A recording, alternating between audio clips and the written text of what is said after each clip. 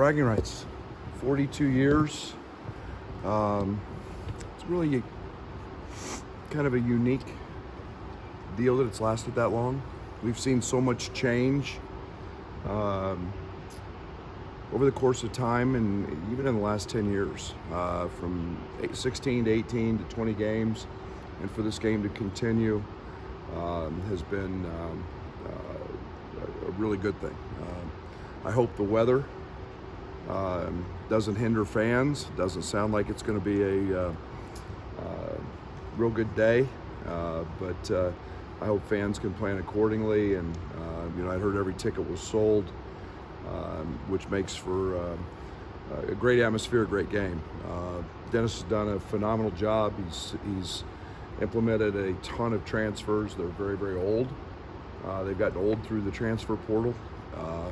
They're a team that plays very fast. They're number one in the country in transition points. They're a team that can really get it going in transition. They play a lot of 5-out. They play a lot of, they press some of the same things that we do. And, they've done that to a 10-1 start. So with their one loss being to Kansas, who arguably be one of the better teams in the country. So we'll have to play well. They play extremely hard. They're very, very deep. They play a bunch of guards. They're not an overly big team, but they're very effective. Kobe Brown's, again, being a player that's experienced this game.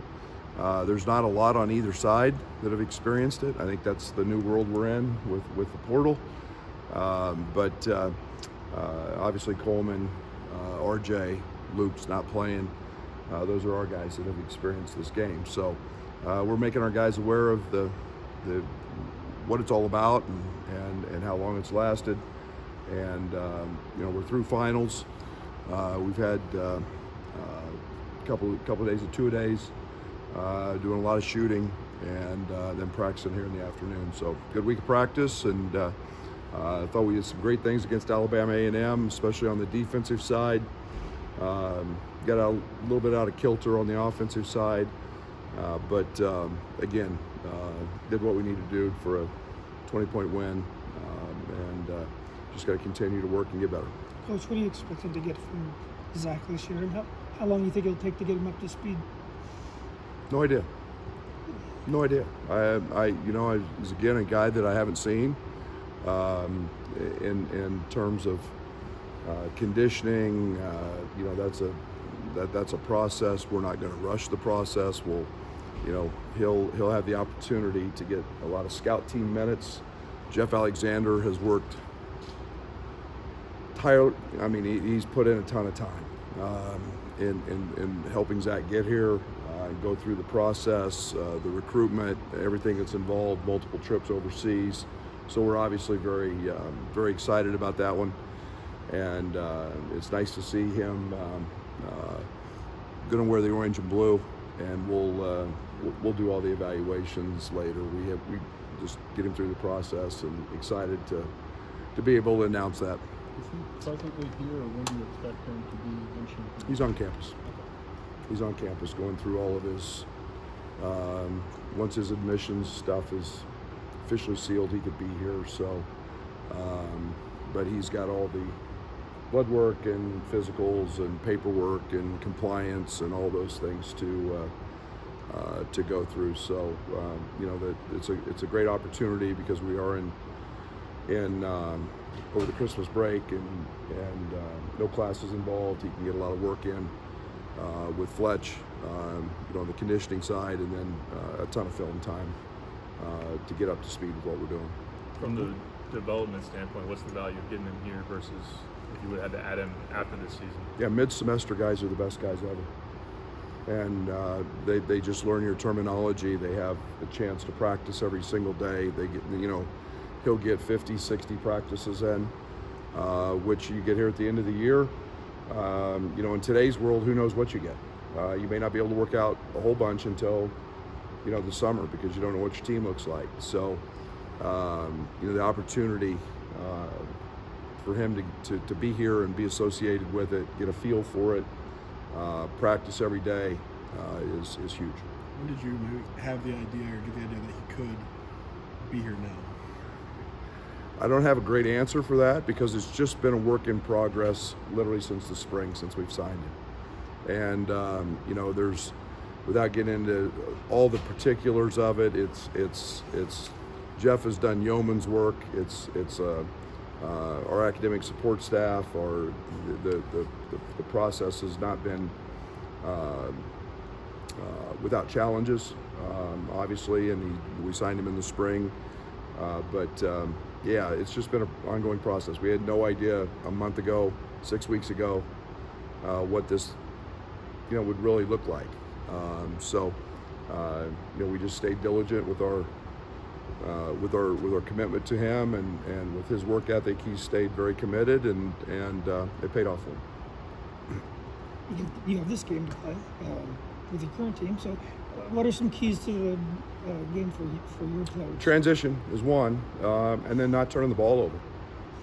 You know, they're playing like I played, like we played here year 1 and 2. They're up the line, denying, overplaying, making every catch hard. You know, they did that against Kansas, and then the last game they played a lot of zone, and so it's a little bit of a mixed bag from that side of things. But you do have to take them out of transition. They're an elite three-point shooting team. The honor kid made 5 threes, I think, in 4.5 minutes. The other night, he can really get going. Hodges is a terrific scorer as well. We all know about Kobe Brown. Kobe's the guy that's a veteran, and he's 12, 13 points a game. He gets them in post-ups and can step out and shoot a 3. So they're a well-rounded basketball team, and you have to do a very, very good job. They play extremely hard, and they've got tremendous depth.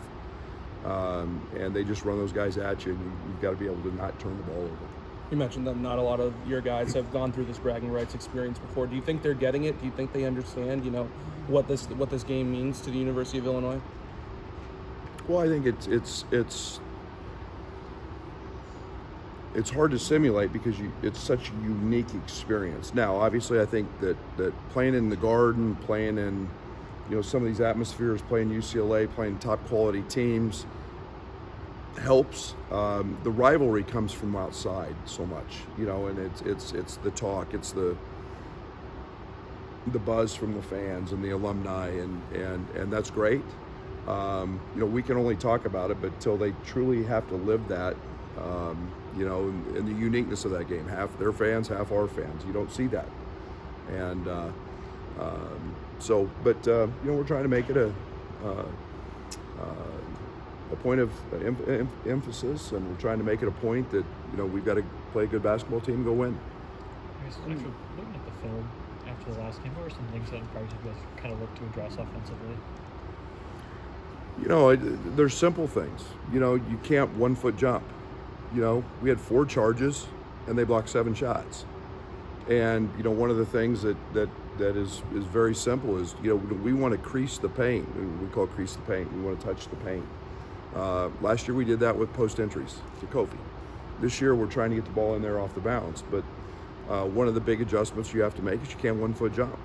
You got to come to a 2-foot stop, and you've got to play under control. And they did a great job of picking up, taking charges. And, you know, their big kid blocked 7 shots. And you know, there's sprays there, there's reads there. We did a good enough job getting to where we needed to get to.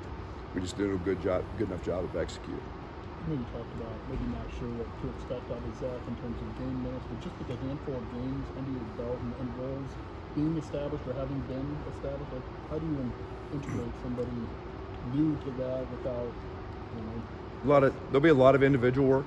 There'll be a lot of film work just to get up to date. And then we'll put him on the scout team and let him see what game speed is like, what the intensity is like, what you know, what we do on both ends of the court, the speed we play with. You know, one of the big challenges is conditioning. You don't want to put somebody out here who's, for extended periods of time, who's not in great shape. That's when they get hurt. Injuries happen. You know, that's a big part of it with Fletch. And you know, so it's a gradual process. It's a build-up, and like I said, it's to his benefit. We're on Christmas break, and we get the opportunity to have multiple practices and the freedom to get him in and watch a lot of film. How important are these practices here this next week, 2 weeks, and are you seeing what you want out of practice? Yeah, I think that it's we missed it last year because we had COVID and we didn't practice for 9 or 10 days. And this time of year is a coach's dream because it's, we can get really isolated. Right now we're doing a lot of shooting, a lot of dummy stuff in the morning and execution. In the afternoon we come back, we go an hour and a half to hour and 45 minutes, and it's more on the defensive side and then live. And you can do a lot of shooting. The players don't have class responsibility, so they can come hook the guns up. They can come in here and get shots. They can grab a coach and do individual work. And over the course of years, we've shown significant improvement, not only in individual numbers but in our team numbers, and that comes from Christmas break. Is RJ full go? Anything lingering with the shoulder? Yeah, it's still sore. He's still fighting some of that. He's still, fighting some tenderness on that. He's been in practice. He was tremendous defensively the other night. Grabbed some, some rebounds. But to say he's pain-free, is not the case yet. But there's nothing structurally wrong with it. The MRIs are clean. It's just sore, and it's going to be something that he's going to have to continue to play through. I guess a week and a half or so after, challenging these guys, maybe their leadership, their effort. Just have you seen maybe more growth response from that, just as you get into this period? It's a great locker room. We got good guys, and it's about it's about pushing them beyond, being able to push them to the next level. And I think that's one of the things that practice does, is allows you to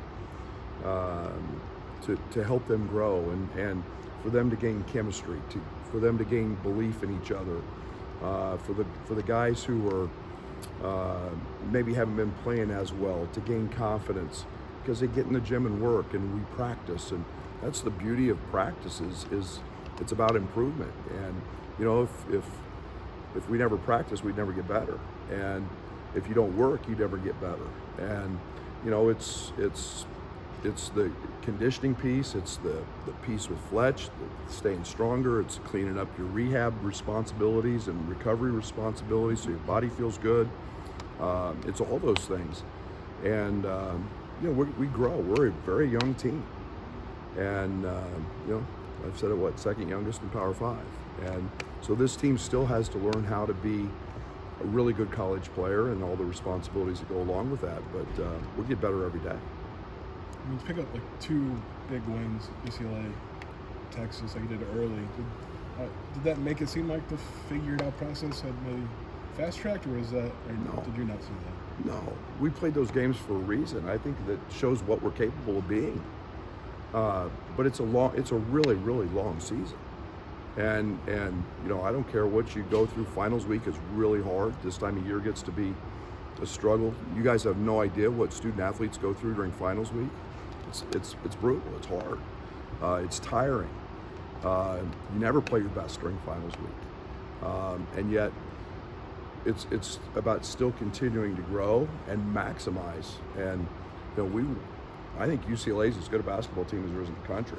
And in my opinion, UCLA and Kansas are probably the 2 best teams playing the best right now. It's a great win. Beating Texas, great win, no doubt. Had a chance against Virginia. Didn't do some things very well. But we've also had moments where we've not played well. And those are the things that, as a coach, we ultimately try to eliminate, are those down days and figuring out how to win when things aren't right or you don't have the right ability to execute on offense, or the ball doesn't go in. And that's what we always try to plan for. So there's a tremendous amount of growth there. And again, we're playing 5 freshmen. And I count Dane as a freshman. So there's going to be a lot of growth with those guys, and I'm excited about that. Brad, would you be able to identify guys in your roster right now that their impact or productivity isn't dictated by their offense? Do you have guys right now that you're thinking about that? Sure. I think there's there's no doubt that, you know, we've got a couple of veterans and Matt.